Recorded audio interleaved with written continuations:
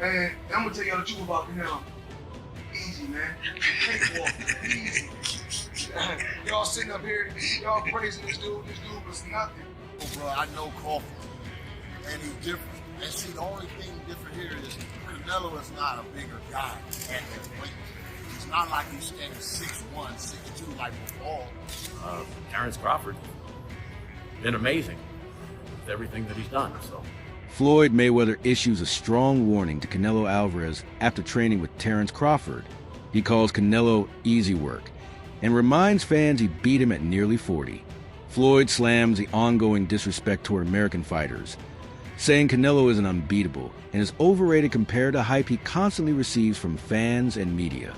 You can take a guy like Canelo, this guy can do, he can pick and choose who he want to fight.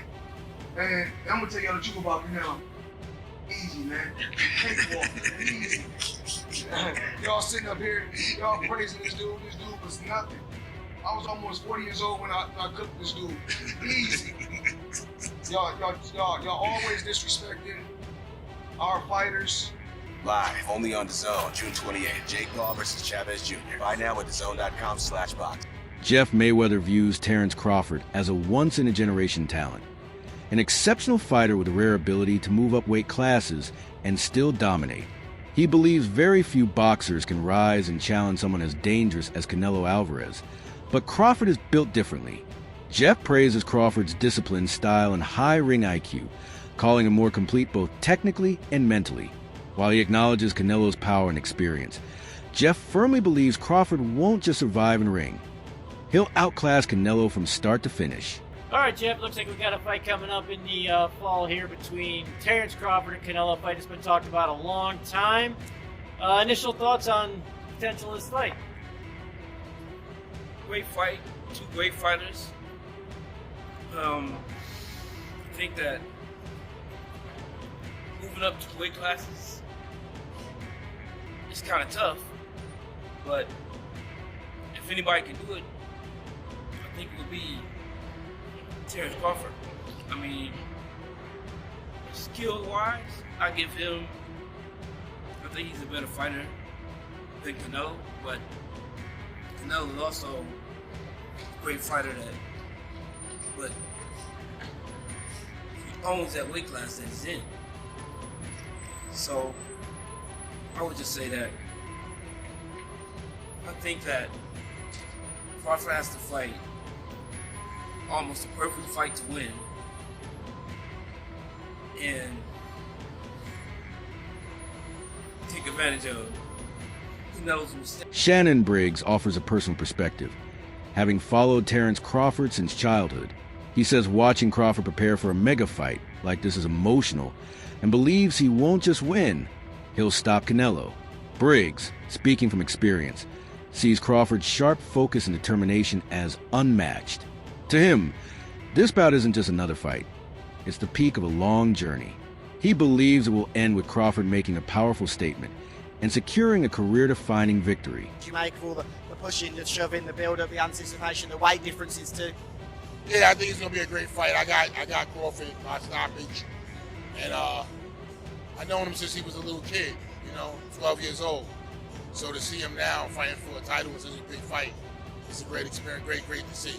Last question from me then, how do you think Crawford stops him? How do you think he's able to work Canelo enough for him to stop the fight, drop, knock him down? How do you think this is possible by Crawford's style? He gonna box him. He can fight both ways. He gonna trick him up. One thing Canelo showed is that he can be outboxed. But I think this time in the late rounds, I think Crawford might have something for him. Shannon, always good to see you, my friend. You're the best, champ. Let's go, champ. Al Bernstein provides a thoughtful analysis, noting that Terence Crawford's move up in weight isn't as risky as it appears. He points out that Canelo Alvarez is no longer the explosive powerhouse he was 5 years ago, with age, wear and tear, and strategic changes softening his edge. Bernstein believes his current version of Canelo is vulnerable, and a disciplined, technically gifted fighter like Crawford has a real chance to expose those weaknesses and hand Canelo a decisive loss. For Crawford to go up to, he started below 147 obviously as a fighter, so he's going pretty far up in weight. Now Canelo himself was a 154 pounder. So, you know, he went all the way up to 168, but there's a little difference there. And I think that that's a big issue. Now, whether that's enough to make it impossible for Crawford to win this fight, that remains to be seen. This is a different Canelo Alvarez. It's not the same one from 5 years ago, or 4 years ago, or even 3. So there's that. And then there's all the different eccentricities of each boxer. For Crawford, he's not going to hurt Canelo. But Canelo, almost nobody hurts Canelo. He's got a rock chin. But can Crawford, who isn't always a volume puncher, make sure that if he's being the boxing puncher, he throws enough punches to win every round? Right. That's important. Right. And for Canelo, if he doesn't hurt Terence Crawford, which he might, can he sustain in those later rounds where we've seen Canelo Alvarez from time to time just fade a little bit? Crawford's a very good fighter into the later rounds. You know, we saw him stop Porter, and we've seen him have other excellent performances. So, you know, there's a lot of those questions swirling around. But right now, I don't know if I could pick either guy, really. I would have said Canelo Alvarez before. Terence Crawford's style is built on finesse, precision, and adaptability. Whether fighting orthodox or southpaw, he maintains elite control of distance and timing. He methodically breaks opponents down by exploiting their habits and mistakes. Against a dangerous puncher like Canelo, Crawford's ability to avoid risky exchanges and control the pace is key. He's not just talented, he's a highly cerebral fighter. Style is based around being the bigger guy, being the stronger guy, but Crawford is a very cerebral, very technical boxer, and I think that's why I'd never really considered this before. But also, I didn't actually realize until I sat down properly and thought about this, just how much weight Crawford has been piling on when he gets into the ring after the weigh-in. And look, these are not numbers that are out of the ordinary, but he's obviously cutting himself down so much in camp from whatever his walking around weight is. And it must be muscle that he's taking off. And perhaps that's why he's only fighting once a year, because there will be some fat, of course there will be, but the dude is not overweight. The dude still looks pretty ripped from what I've seen when he's not in training camp. However, there's not that many photos of him with his top off when he's not actually in training camp, so it's really hard to tell what his body composition is when he's walking around at these big weights. But the fact is, his fight night weight was 169 let's just call it 170 pounds. The jump from 147 to 168 pounds is major, but Crawford is tackling it with purpose. Whether it's considered a 2 or 3 division leap, one thing is clear: no fighter has ever become undisputed in 3 separate weight classes. Crawford is chasing history. His physical transformation isn't just about gaining weight. It's about refining his body for peak performance. His conditioning remains top tier, showing he's not just bulking up. He's evolving into an even more dangerous, complete fight. 69 let's just call it 170 pounds, which is huge. Absolutely huge for a 154 pounder. Especially, it's just shocked me that he's come up from 135 and now he's still putting on that much weight, he's rehydrating that much at 154. And indeed, to bring us even closer to the modern day, the thing that was posted, and again, this is the second time we've seen this, is why I'm kind of thinking there's a bit of a theme here with Crawford posting his weight when he's not actually in full training camp. On February the 9th, 2025, he posted an Instagram story, and he showed himself weighing 186 pounds on a gym scale.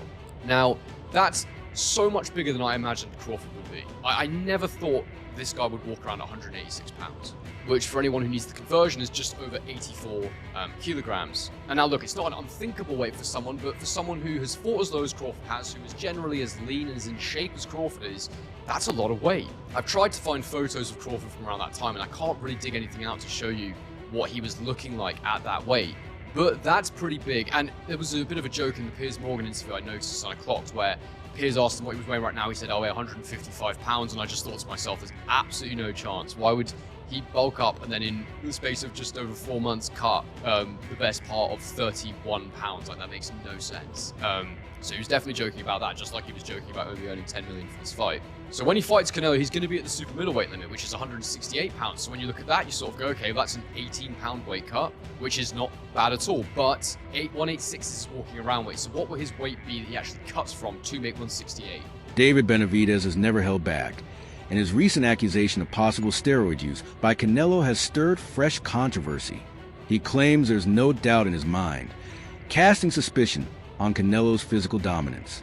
Though unproven, the allegation fuels ongoing skepticism about Canelo's conditioning, especially as he grows older and prepares to face naturally lighter, yet technically superior opponents like Terence Crawford.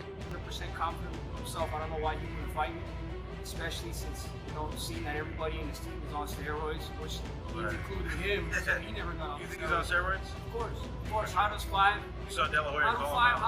people out of your camp get tested positive for steroids? Right. I mean, all those fucking dudes in that camp. In the build-up to the fight, Crawford has shown a fiery intensity. During the face-off, he forcefully pushed Canelo, a bold statement that he's not intimidated by the bigger name or the heavier opponent. Analysts like Showbiz the Adult saw this as a glimpse into a more aggressive, determined version of Crawford. He's not just moving up in weight. He's elevating his mindset, aiming to win the mental battle early. And Canelo uses his legs, he uses his core, and then his neck itself to lift up Bivol like Bivol was a featherweight. That is a huge representation of how strong Canelo is. When you look at his workouts, you can tell why he was able to do that. All these damn neck exercises that I wouldn't dare do. Okay, that stuff looks painful. The squatting and all that stuff that he's doing is exactly why Canelo Alvarez, honestly, is a strong fighter. He tried to do it again with William Skull. William Skull shook out of it.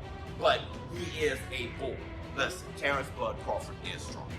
He is, okay? And he understands leverage and he understands those things because he wrestled. Honestly, very true. But Saul Canelo Alvarez is also extremely strong. Now, let me know how you feel in the comments below. Ring the Zone War. Antonio Tarver stresses that size won't determine the winner. Skills will. He dismisses the notion that Canelo's size alone makes him a major threat, saying it's about who's sharper in the ring. If the focused, aggressive Canelo who beat Caleb Plant shows up, he has a shot, but if the slower, more deliberate version appears, Tarver believes Terence Crawford will expose those flaws and take full control to fight. Just before, Crawford and Canelo,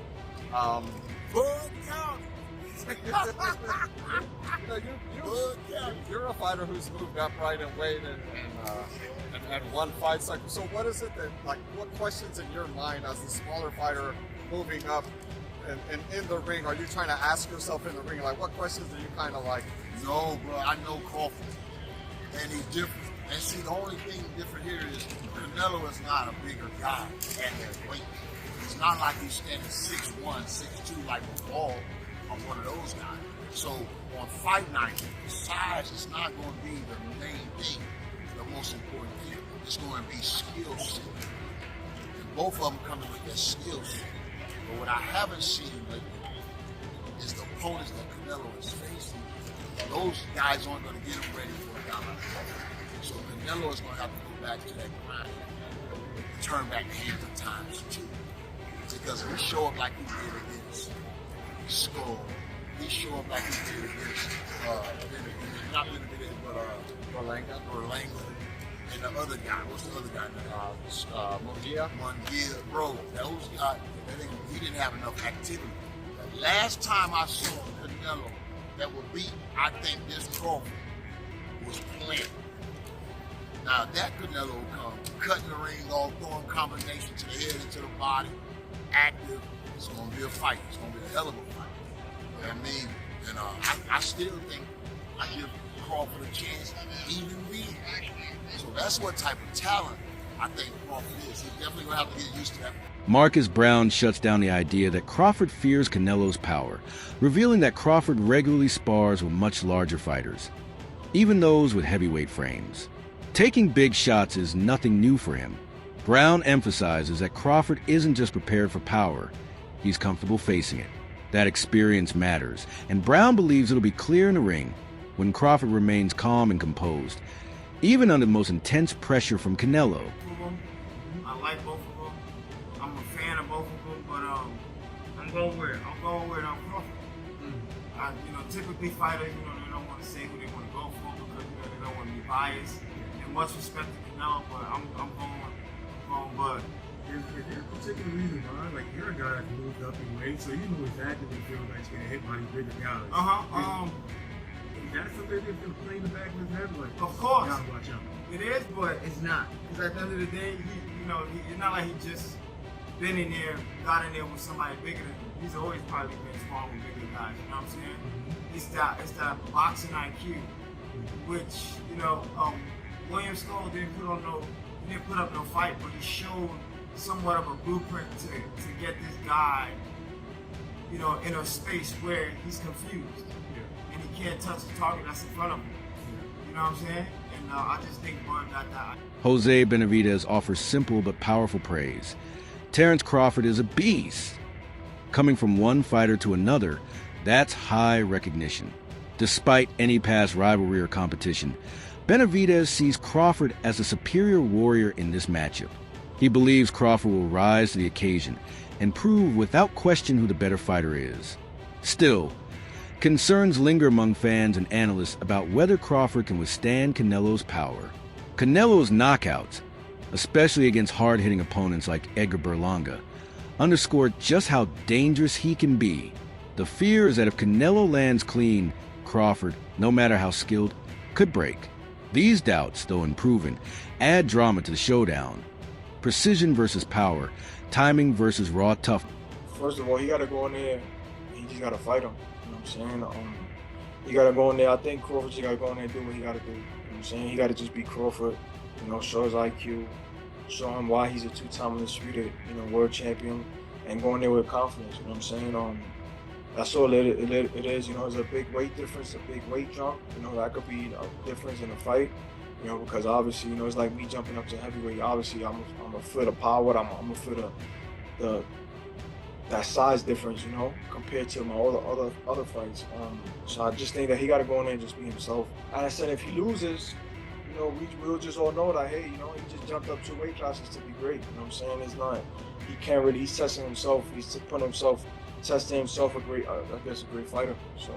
And I don't doubt him, I don't got no doubt in my mind. He's a 2-time undisputed world champion for a reason, so, and I don't think none's gonna phase him in that fight. You know what I'm saying? Maybe the power, maybe the size, you know what I'm saying? And Canelo, he's not knocking Canelo out, so he just gotta go in there just IQ.